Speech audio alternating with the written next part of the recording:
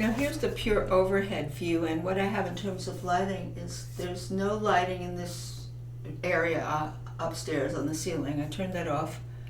What I did do was I opened the blinds a little bit, which are to the right of me, so I have natural sunlight. Now you can see in this overhead, if you were in the room right now, you'd think, gee, you're in the dark. But obviously the combination of the overhead Logitech that's right above me, this is the second overhead mount I have. This one is not the one aimed obliquely at the piano, but this is the one right above. So definitely you can see pretty much all the notes with the lines between each note. The individuation of notes is clearly obtained with this overhead right now. Now I'm going to try something. I'm going to put the overhead light on the ceiling on to see what that does, if it keeps the definition, or if it worsens it. See, there it is. It's starting to worsen the definition of the notes, is the lighting on the ceiling. That's one of those new lights, or those LEDs. I don't know what they're called, but they're the new kind of fluorescent kind of lights, the squiggly light bulbs. So that, in fact, is hurting the individuation of the notes. That artificial light that's on the ceiling, I'm going to turn it off, and I'm going to show you how now you can see these notes. This is quite amazing. I hadn't really ever thought about this. Live and learn.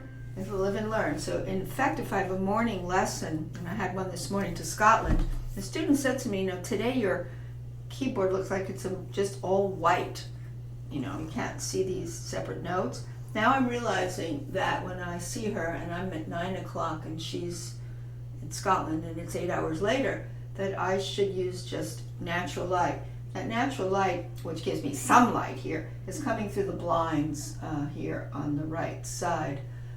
Okay, so this is the lighting that, and of course you can't exactly appreciate how much is coming in, but this is the window that borders the treble side of my piano, and this is what I did. I opened it partially.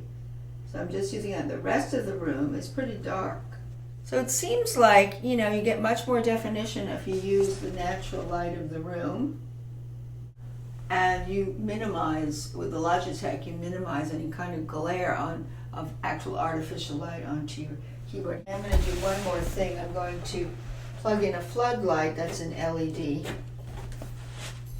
to see what that would do, the adverse effects of light, certain kinds of light, that is to say. Here, and I'm going to put it in my hand just for argument's sake, and show you how when you do have this direct light, there's nothing to do with the Logitech. That's what happens to the delineation of the keys.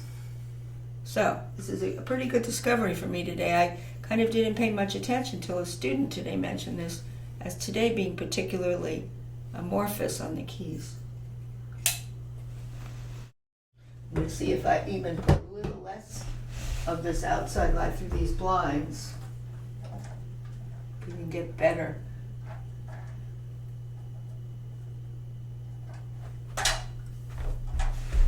That's even better.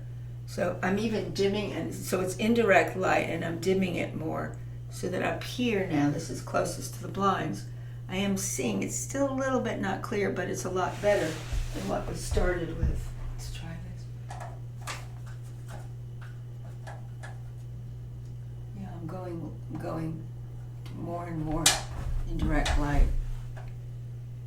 There we go. So now at this point, this is how my blinds look.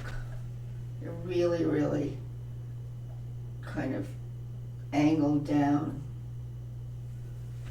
So all this factors into Skype lessons, and of course what you sacrifice is this kind of, nobody cares about up here. We're mostly caring about the students seeing as much detail